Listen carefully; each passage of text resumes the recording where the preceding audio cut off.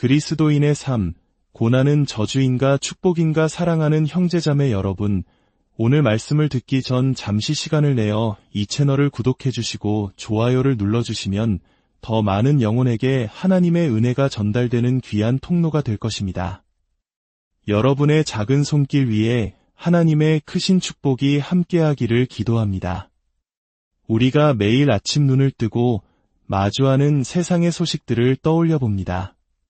지구 반대편에서 일어난 끔찍한 재난, 끊이지 않는 분쟁과 테러 소식, 그리고 우리 주변에서 들려오는 안타까운 사건 사고들.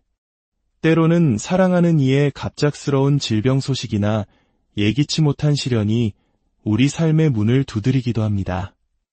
이런 고통과 슬픔이 가득한 세상 속에서 그리스도를 따른다는 것은 과연 무엇을 의미할까요? 우리는 종종 믿음이 우리를 모든 고통에서 지켜주는 방패막이가 되어줄 것이라 기대합니다. 하지만 성경은 우리에게 다른 이야기를 들려줍니다. 오늘 우리가 함께 나눌 말씀들은 어쩌면 우리가 외면하고 싶었던 진실일지도 모릅니다. 기도를 시작하기에 앞서 먼저 하나님의 말씀이 우리의 마음을 깊이 적시도록 잠시 시간을 갖겠습니다. 이 말씀들을 통해 오늘 우리가 나누고자 하는 메시지의 본질을 느낄 수 있기를 바랍니다. 마태복음 16장 24절입니다. 예수께서 제자들에게 이르시되 누구든지 나를 따라오려거든 자기를 부인하고 자기 십자가를 지고 나를 따를 것이니라. 주님께서는 그저 당신의 십자가만이 아닌 우리 각자의 십자가에 대해서도 말씀하셨습니다. 마태복음 10장 21절입니다. 장차 형제가 형제를, 아버지가 자식을 죽는 데에 내주며 자식들이 부모를 대적하여 죽게 하리라.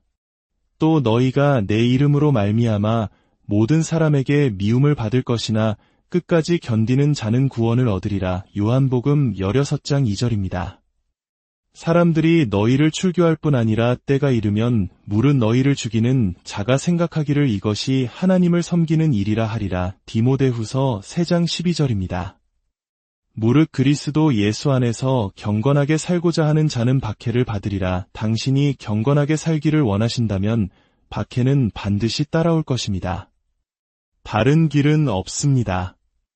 베드로전서 4장 12절입니다.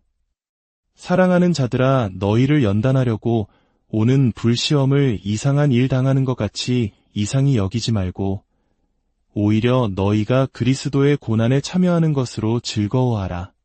이는 그의 영광을 나타내실 때에 너희로 즐거워하고 기뻐하게 하려 함이라. 로마서 8장 16절과 17절입니다. 성령이 친히 우리의 영과 더불어 우리가 하나님의 자녀인 것을 증언하시나니 자녀이면 또한 상속자 곧 하나님의 상속자여 그리스도와 함께 한 상속자니 우리가 그와 함께 영광을 받기 위하여 고난도 함께 받아야 할 것이니라. 빌립보서 1장 29절입니다. 그리스도를 위하여 너희에게 은혜를 주신 것은 다만 그를 믿을 뿐 아니라 또한 그를 위하여 고난도 받게 하려 하심이라. 그렇습니다. 고난은 우리에게 주어진 선물입니다. 그리고 사도행전 5장 41절입니다. 사도들은 그 이름을 위하여 능력받는 일에 합당한 자로 여기심을 기뻐하면서 공회 앞을 떠나니라. 하나님께서 이 우주를 창조하신 목적은 당신의 은혜의 영광이 얼마나 위대한지를 드러내기 위함이며 그 정점은 바로 당신의 아들 예수 그리스도의 고난을 통해 나타났습니다. 그리고 오늘 그 아들께서는 우리에게 물으십니다. 너희도 갈보리 언덕의 고난의 길에 동참하여 은혜의 영광이 주는 최고의 만족을 세상에 드러내지 않겠느냐? 세상이 그리스도의 지고한 영광을 볼 수 있는 유일한 길은 우리가 이 땅의 안락함과 번영이라는 환상에서 벗어나 우리의 보물이 이 땅이 아닌 하늘에 있음을 보여주는 선교사적 희생의 삶을 살아갈 때입니다. 소위 번영신학이나 기복신앙은 결코 사람들로 하여금 예수를 찬양하게 만들지 못합니다. 그것은 사람들로 하여금 번영 그 자체를 찬양하게 할 뿐입니다. 물론 나에게 좋은 차와 건강, 행복한 결혼 생활을 가져다 줄 예수가 있다면 누가 마다하겠습니까? 그러나 그것은 보상에 따라 예수를 선택하는 것일 뿐 진정한 믿음이 아닙니다. 세상에서 가장 멋진 옷을 입고 가장 좋은 차를 몰고 최신 기기를 사용하는 모습으로는 고난받으신 그리스도를 향한 찬양을 이끌어낼 수 없습니다. 주님은 바로 이 혼란스러운 세상 속에서 우리를 전혀 다른 길로 부르십니다. 하나님 아버지, 우리가 이 말씀의 성경적 기초를 올바로 깨닫게 하옵소서. 그 안에 담긴 소망과 영광, 그리고 능력을 보게 하시고 우리를 향한 부르심에 응답하게 하옵소서. 우리에게 지혜를 주시어 그리스도 예수의 마음을 품게 하소서. 그는 근본 하나님의 본체시나 하나님과 동등됨을 취할 것으로 여기지 아니하시고 오히려 자기를 비워 종의 형체를 가지사 사람들과 같이 되셨고 십자가에 죽기까지 복종하셨나이다. 오, 하나님, 이 마음을 지금 이 순간 우리 모두에게 허락하여 주시옵소서. 예수님의 이름으로 기도합니다. 아멘. 수십 년 전 공산주의 치하의 루마니아에서 10년 넘게 옥살이를 했던 리처드 범브란트 목사님이 들려준 이야기가 있습니다. 이탈리아 방송국에서 시토에 소속의 한 수도사를 인터뷰했습니다. 시토에는 엄격한 침묵 서원으로 유명한 수도회입니다. 그들은 함께 노래하고 서로에게 죄를 고백하는 시간을 제외하고는 절대 말을 하지 않습니다. 인터뷰어가 수도사에게 이렇게 물었습니다. 만약 당신의 인생 마지막 순간에 무신론이 진실이고시는 존재하지 않는다는 것을 깨닫게 된다면 어떻겠습니까? 수도사는 이렇게 대답했습니다. 거룩함, 침묵, 그리고 희생은 보상에 대한 약속이 없더라도 그 자체로 아름다운 것입니다. 저는 여전히 제 삶을 잘 사용했다고 생각할 것입니다. 하지만 사도 바울은 고린도전서 15장 19절에서 전혀 다른 이야기를 합니다. 만일 그리스도 안에서 우리가 바라는 것이 다만 이 세상의 삶뿐이면 모든 사람 가운데 우리가 더욱 불쌍한 자이리라. 바울은 왜 저 수도사와 같은 말을 하지 않았을까요? 기독교는 좋은 삶이 아닙니까? 만약 이 모든 것이 환상이라 해도 죽으면 끝인데 무슨 상관일까요? 그저 이 땅에서 좋은 삶을 살았으면 된 것 아닐까요? 아닙니다. 그것은 기독교를 완전히 오해한 것입니다. 바울이 만약 기독교가 이 땅에서 최고의 삶을 보장한다고 생각했다면, 부활이 없다면 우리가 가장 불쌍한 자라는 말은 결코 할 수 없었을 것입니다. 우리는 스스로를 설득해왔습니다.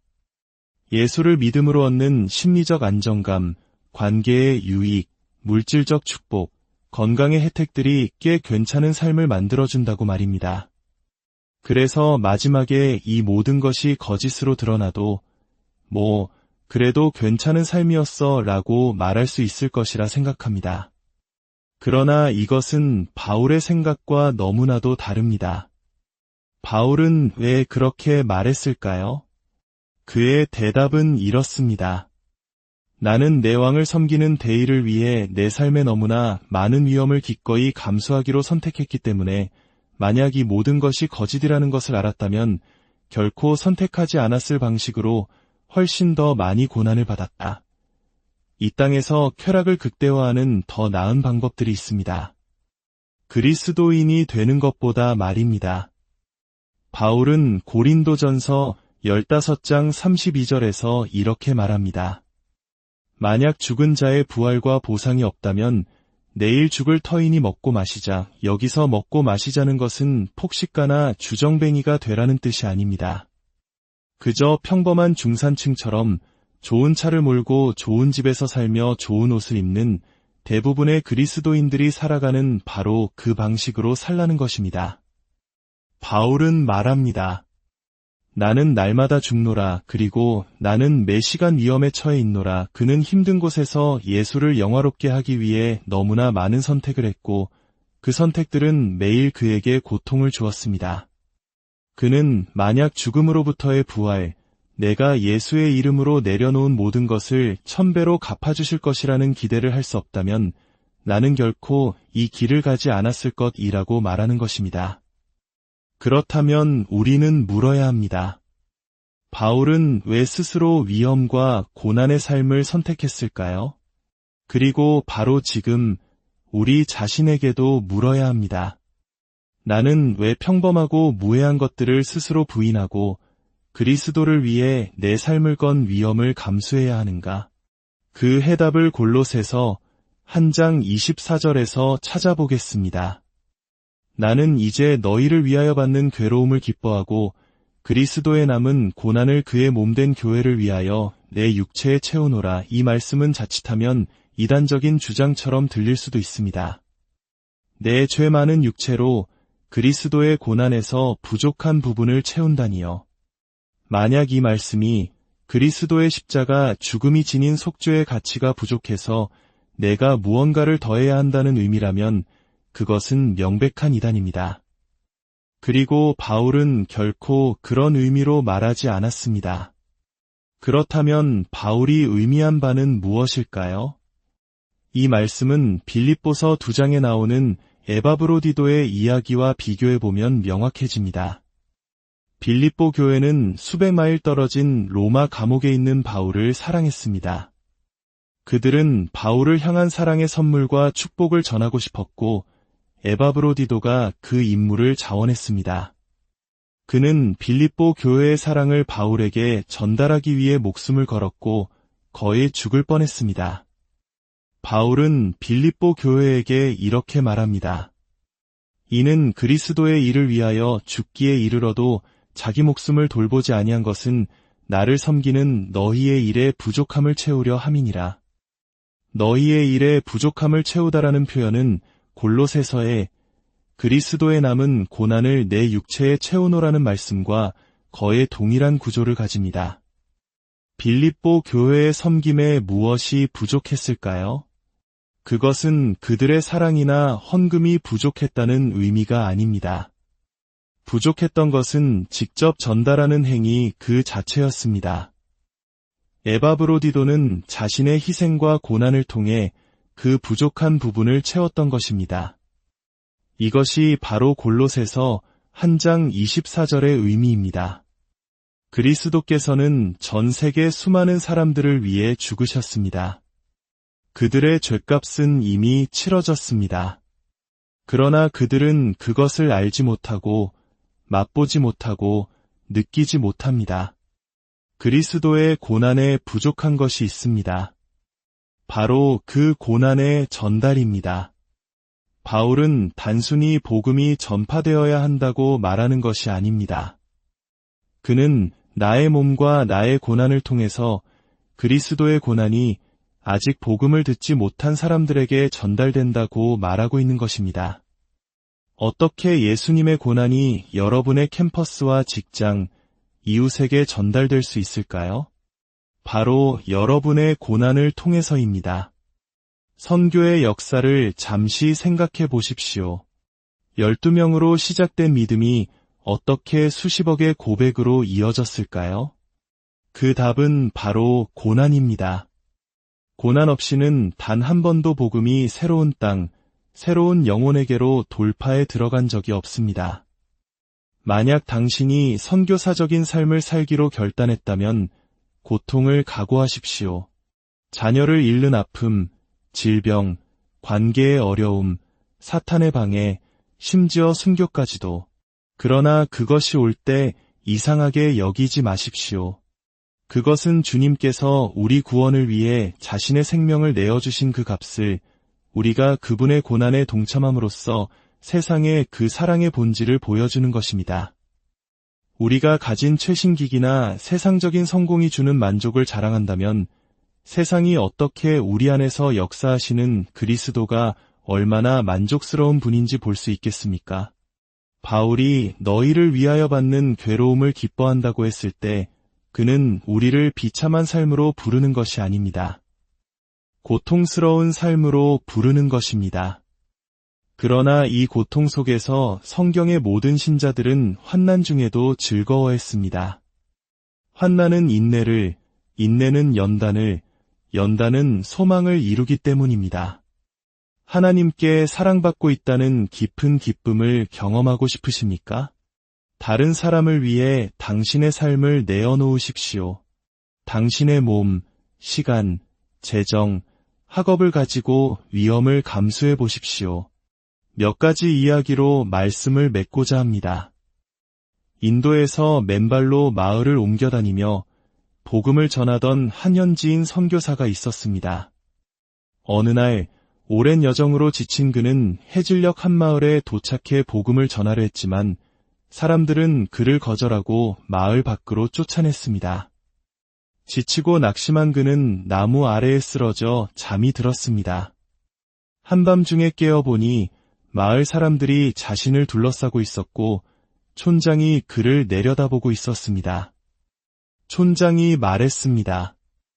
우리는 당신이 어떤 사람인지 보려고 나왔소. 당신의 발에 가득한 물집을 보았을 때 우리는 우리가 한 일에 대해 미안한 마음이 들었소. 당신은 분명 우리에게 매우 중요한 메시지를 가진 거룩한 사람일 것이오.